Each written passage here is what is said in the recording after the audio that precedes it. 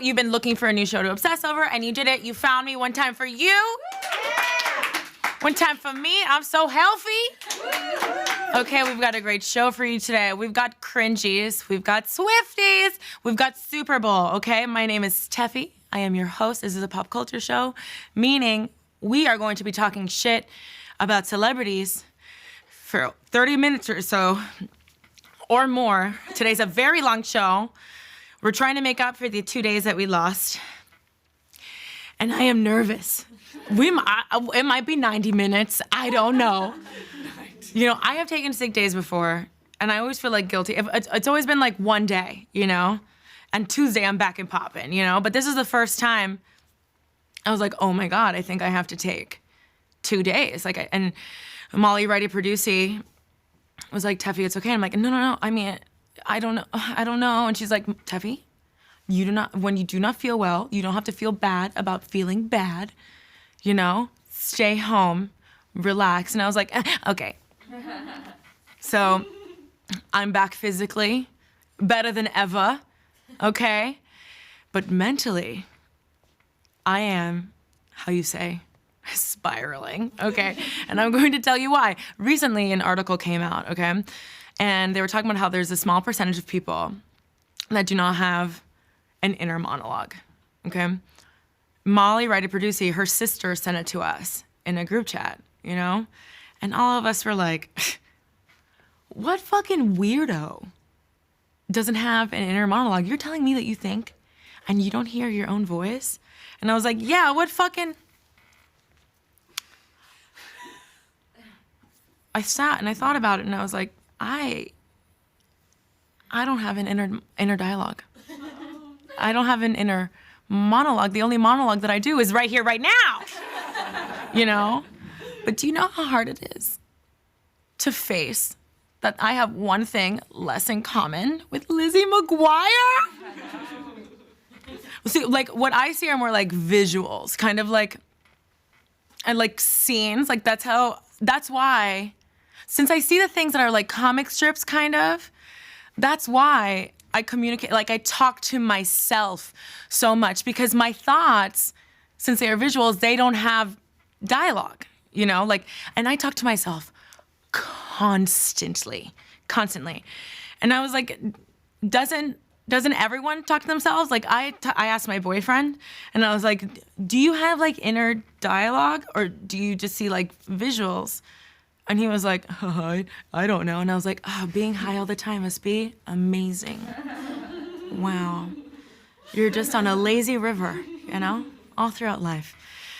So there's one thing that I do here in my thought process when I'm imagining things or whatever, when I'm thinking. There is one thing that is auditory to moi, right? I was talking to Kim Righty today in the writer's room, and I was telling her how I can see visuals, and she was like, well, if I can see a picture and then it vanishes, like if you say the word bridge. And I looked at her and I was like, oh my God. She's like, what? And I was like, when you said the word bridge, immediately I was taken to like the Sandra Bullock movie, The Lake House, like a pier.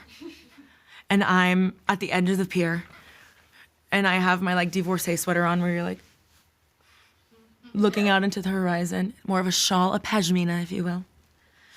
And there's only one thing that I can hear in my mind. And I think it's the only thing that I've been able to hear for years. And they were like, what is it? And I was like, all I can hear is,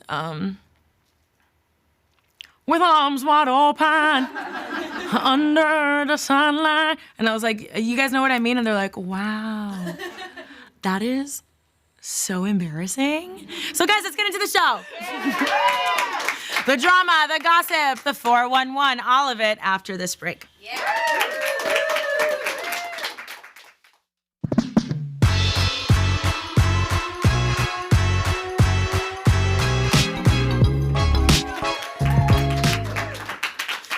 Okay, guys, so you know Molly, writer, producer. Like, the whole team is on the chat right now, right?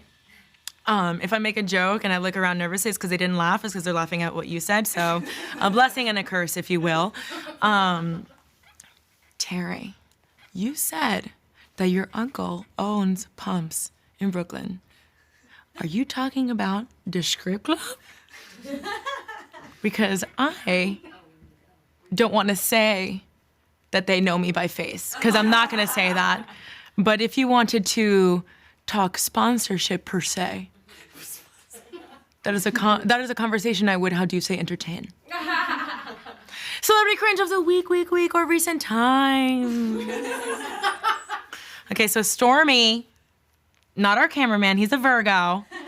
Stormy Webster had her second birthday party, okay?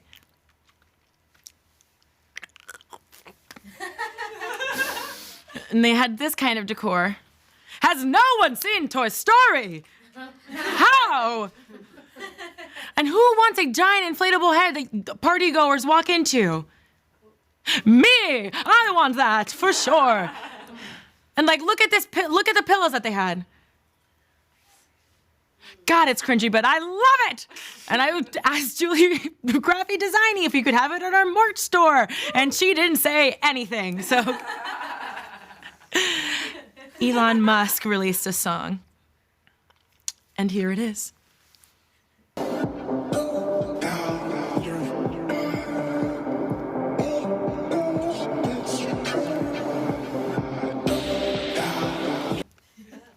Wow, that's really fucking bad. I can just see him dancing in his room like, I don't know.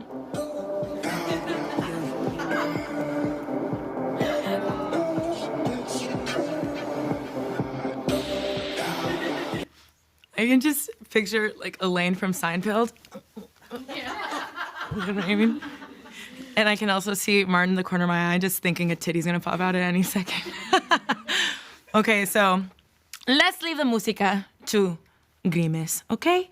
Next, Miley Cyrus was Miley Cyrus, and she popped Cody Simpson's back pimple and posted it. She posted it on Instagram. Yeah, we don't cover dicks or boobs, but we will cover Cody Simpson's back pimple, okay? And like Miley, there is being like relatable. Everybody is like this. So there's being relatable, and then there's like wanting a reaction, like being reactionary, okay? And I usually love both, I really do. But pimples, I would never post anything like this. And I post everything. Like I would never. And I am the kind of person that like I will, and I love pimples, that's so weird. I'm the kind of person that like will YouTube like a pimple or like a cyst or whatever, you know? And like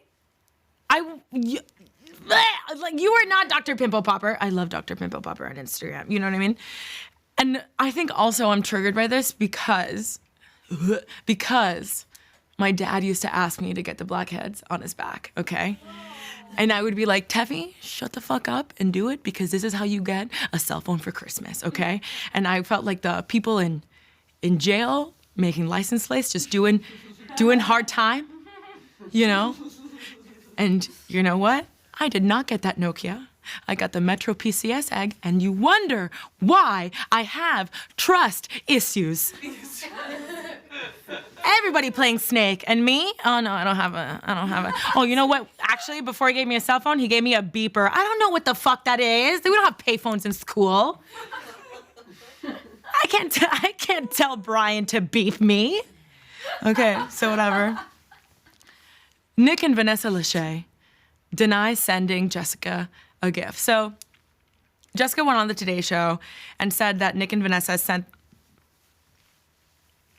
Oh God, I almost burped. And I was like, we can't talk shit about Wendy Williams and me belt on here. Okay, guys, so she said that Nick and Vanessa sent her something beautiful when Jessica had her kids, right? And then Nick and Vanessa went on the Today Show. And this is what Vanessa had to say about it. No, I didn't. I don't know her address. But thank you, whoever sent it from us. Yeah, sorry. I don't know her address, but thank you whoever sent it from us. Bitch, it's been 10 fucking years. You know what I mean? It's okay. I don't think he's going back to her. Okay? However, she's been talking about how she's like a little Cirque du Soleil in the boudoir. So maybe she was like, baby, let's do doggy style tonight. Vanessa, just let it ride. This is the first time in years that you get any press. And you know what? You blew it. You blew it. Oh, you just hate to see it when people blow it. Unless, no, I'm just kidding. But Jessica threw you a publicity assist and you just tossed it right out. And people just piss me off, you know? Let's move on. Just sports things. Okay, so the Super Bowl happened on Sunday. And I know that this was on Sunday, but I have things to say, okay? First show of the week, I have things to say. And guys, it was a good game, you know? The sports, I have two passions in life. Cooking for my boyfriend and the points. You know? Let's talk about the highlights. So the 49ers on the second down. Just kidding. The halftime show was incredible. Okay, guys, so I was like, oh my God, I love this ball game around this concert. You know? And I love that it was in Miami. I'm gonna tell you something. When I saw this, did I think, oh, obviously Roman numerals? Or did I think, wow, Liv at the Fontainebleau really pulled out all the stops? I'm not going to say. But I was like, okay, that's my city. But listen, before we talk about the halftime show, we have to talk about Demi Lovato, okay? Her performance had fans flipping a shit because it was incredible. A lot of people were like, oh, she's screaming. Well, what if I like it? Huh? I loved it. I think she did incredible. She must have been so fucking nervous, and she absolutely killed it. And she's a direct example of how manifestation works because she tweeted this years ago. One day I'm gonna sing the national anthem at the Super Bowl. One day. In 2010, that's how she did it. One day. I'm singing the vitamins. Centrum one a day. Okay, so halftime, the energy, the costumes, the production, the songs, the lack of Ja Rule was just perfect. But guys, there were a lot of hidden messages within the performance, okay? You sneaky mis Latinas. I loved it. Like J-Lo, who's Puerto Rican, coming out with her Puerto Rican flag while her daughter is singing Born in the USA. Coincidence? I think not, okay? There's no way that the Bruce Springsteen hit Born in the USA was just randomly selected within the medley of She-Wolf, Ow, and Waiting for Tonight. Come on, people. Also, I just want to say that I did not write that. Bruce Springsteen, the hit. I remember when I told Molly Brady, producer's mom, that I didn't listen to Bruce Springsteen. She was like, oh, the boss. I was like, okay, relax. Wow. Okay. So, and also during the halftime show, when the kids in cages, the illuminated cages, were singing Let's Get Loud. I don't even need to say it. Obviously, we know what that's about, you know. But let's talk about the most important part of that halftime show. The Shakira tongue thing. Okay? We all saw it. That's like what a baby sees when I'm trying to entertain it while its mom tells me, like, hold the baby for a second. I'm like, So this is actually called Zagruta. Zagruta. Zagruta. I don't know. But it's basically how people express joy in the Arabic culture. And if you didn't know, Shakira's parents are actually Lebanese immigrants, and she was raised in Barranquilla. Was that an excuse to say Barranquilla? Absolutely. Absolutely it was. Okay? But all the backlash that I was reading from white women named Karen was like so uncalled for. It was absolutely absurd and frankly ridiculous. I call bullshit, you know what I mean? It's a celebration of different cultures and my favorite, strippers. Like no one was mad when Adam Levine took his shirt off, especially not me. I was not mad at all. Did I watch it on mute? But anyway, I don't remember any backlash. That's a navel if I've ever seen one. Wow, wow, wow, wow, wow. But there is one commercial that I have to talk about, okay? It's where I can be myself. And that feels pretty darn good. Oh.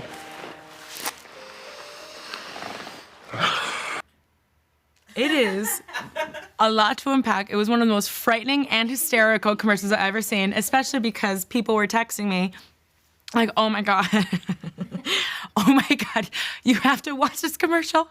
He looks just like your boyfriend, Jason. And I was like watching like this. Oh my God. Jason's like, what are you watching? I'm like, nothing.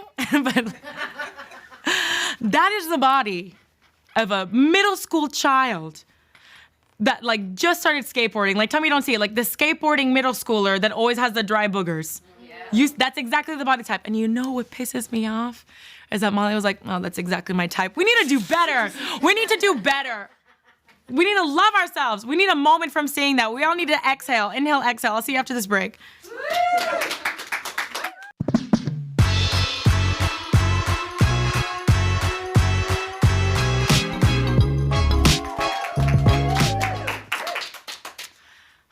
Golden Ratio says that Robert Pattinson is the hottest man in the world.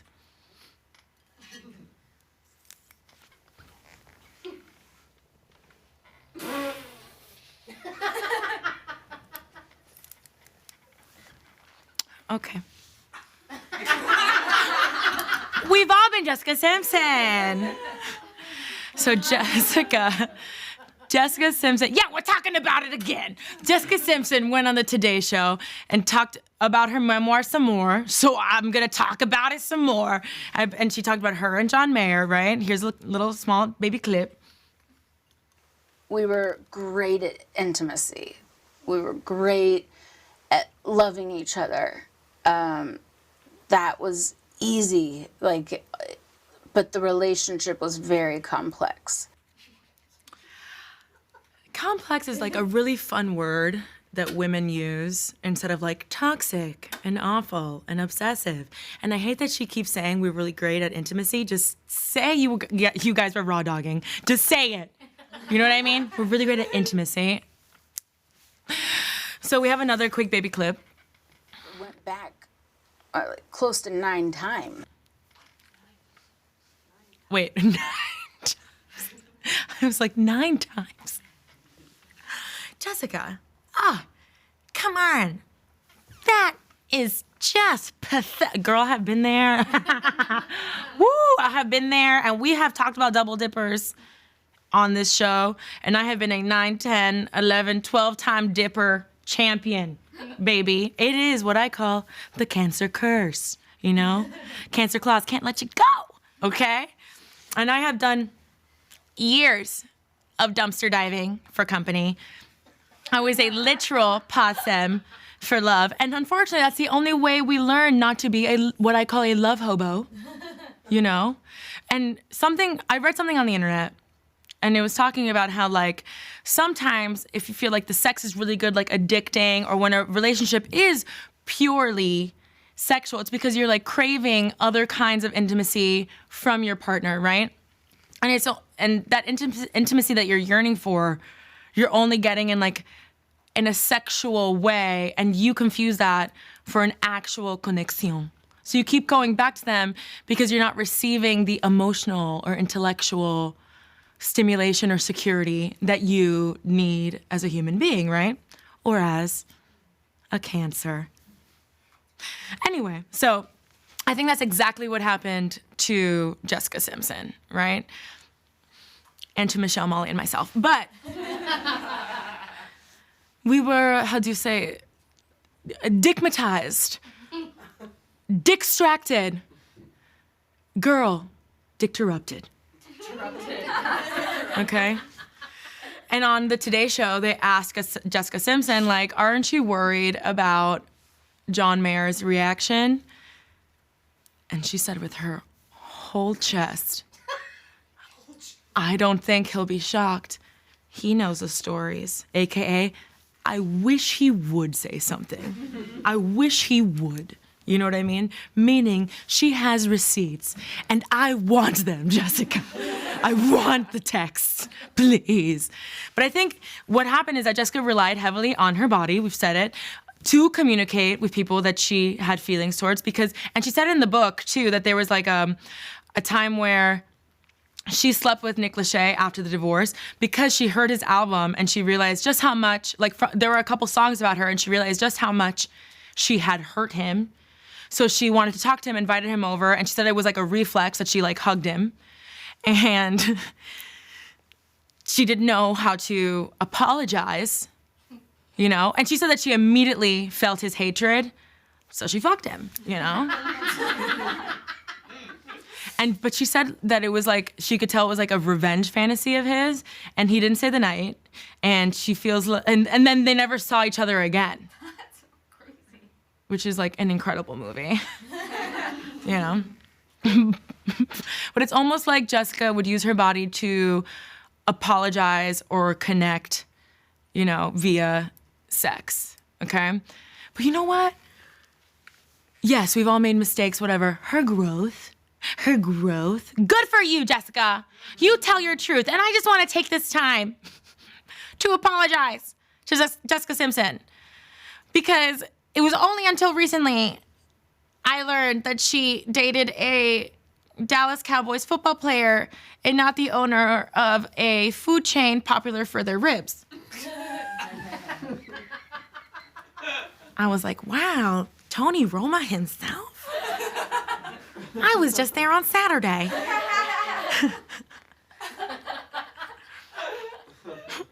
You know, celebrity lives do seem very difficult. I know because my BFF Taylor Swift told me about it this weekend. I'm gonna tell you what she told me right after this break.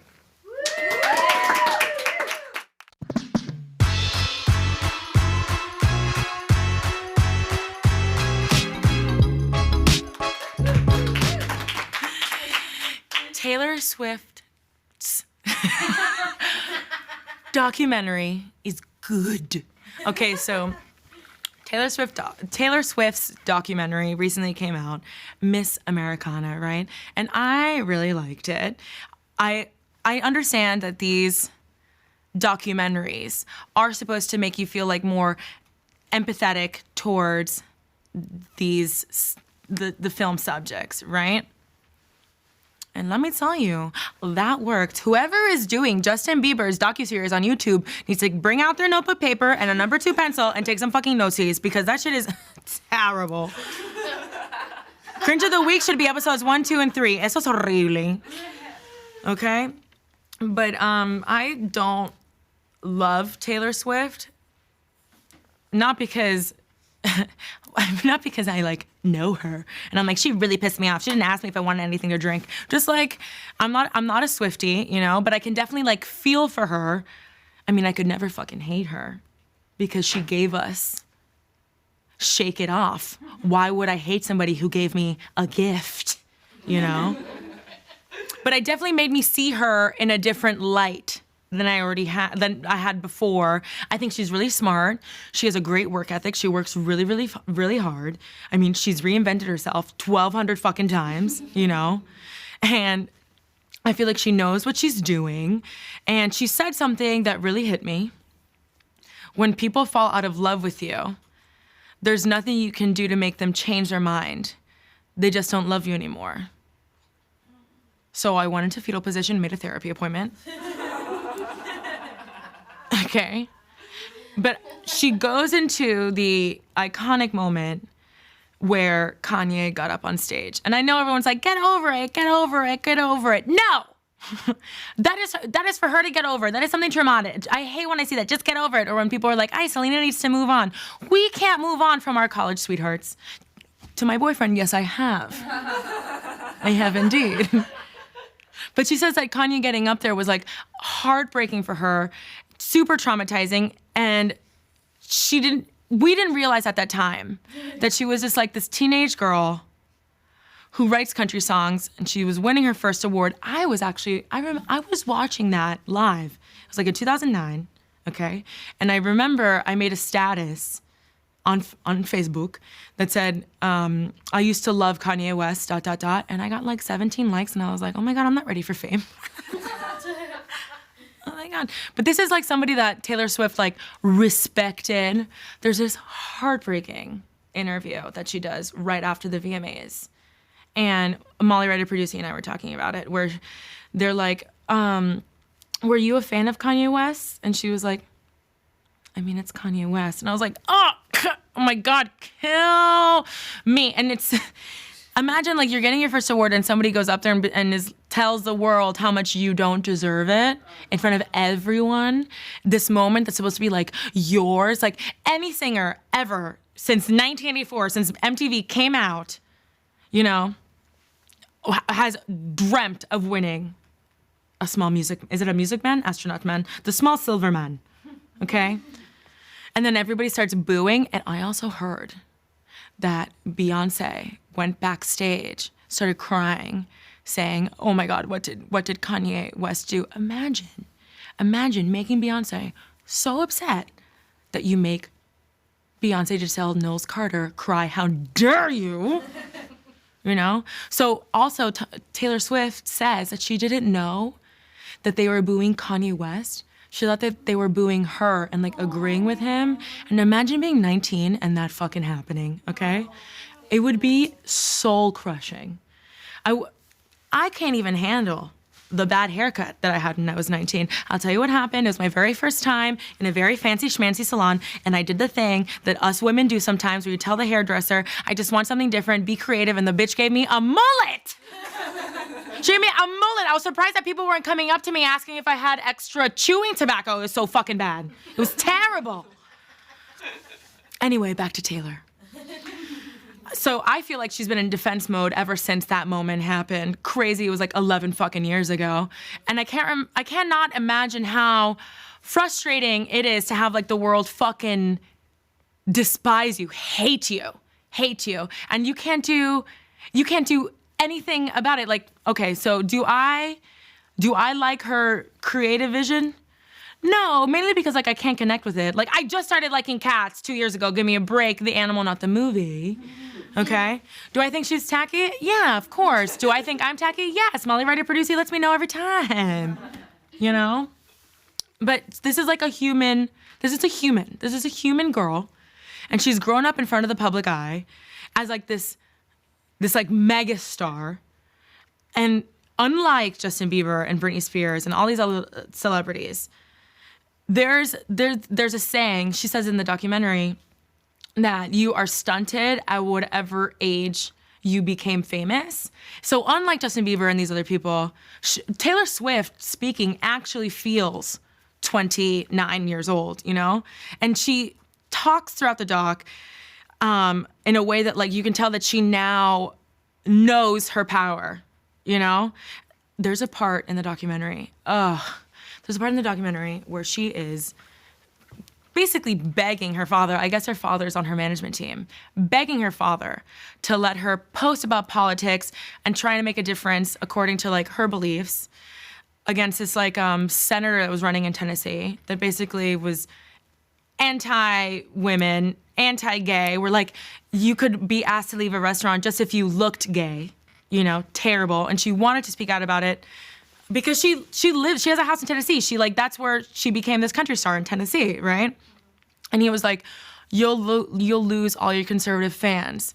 And I love that she was like, I don't give a fuck. She was like, and I lose hateful fans. But I hate that she had to like fight for her management team at the age of 29 after like a decade. I think she's actually been doing this for like 14 years now. And she had to be like, can I say what I think, please?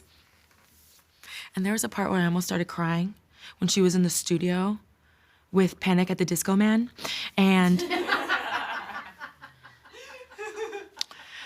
they're like talking about like finding homes, and like Panic at the Disco Man was going to move with his wife, and she was like, oh, it's so weird, like 2 months ago, this guy broke into my apartment and slept in my bed, and you wonder why she comes off as cold, because you guys are fucking crazy. Who the fuck does that?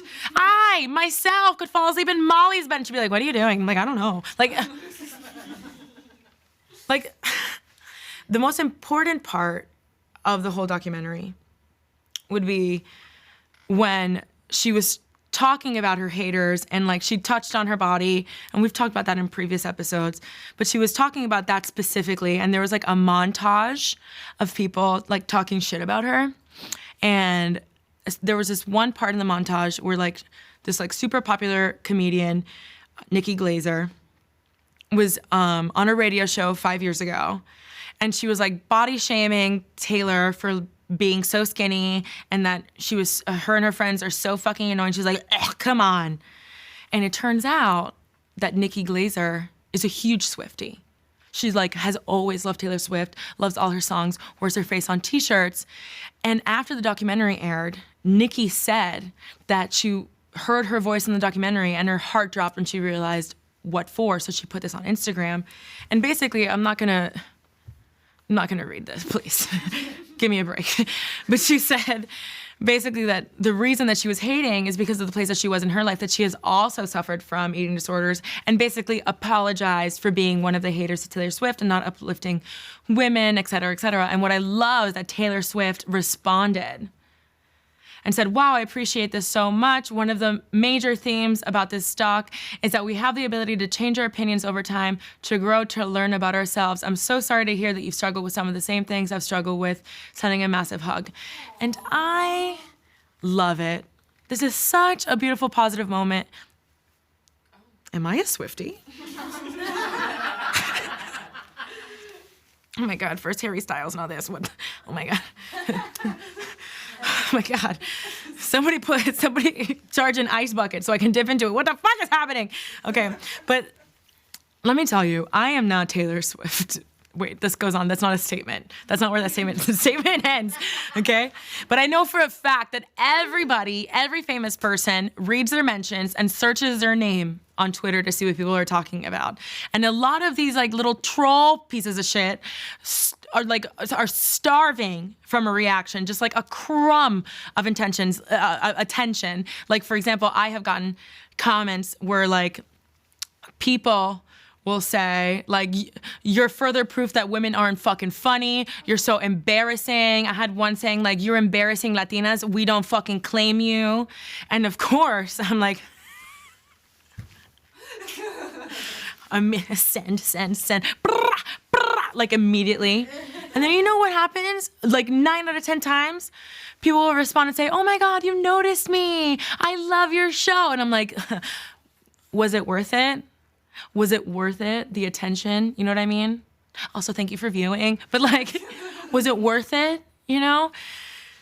And so I think when you see people being trolls, you know, there's commentary and there's trolling. Commentary is like, I don't like the song Yummy. We've been waiting 5 years for a single, and this is what we get, and it's just like not up to par with our expectation. That's one thing.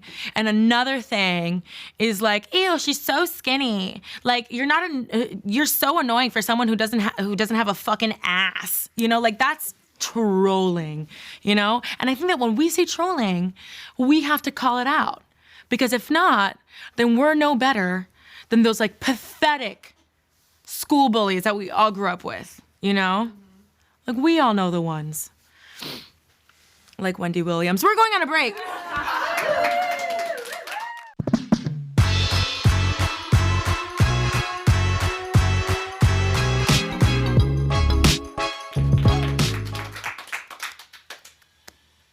Hello.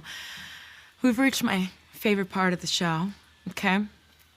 This is a part where I get to bond with you a little bit, give you some life advice, share some things I've learned or read on the Google, okay? We call this Tefi's Tip. Just the tip, delicious.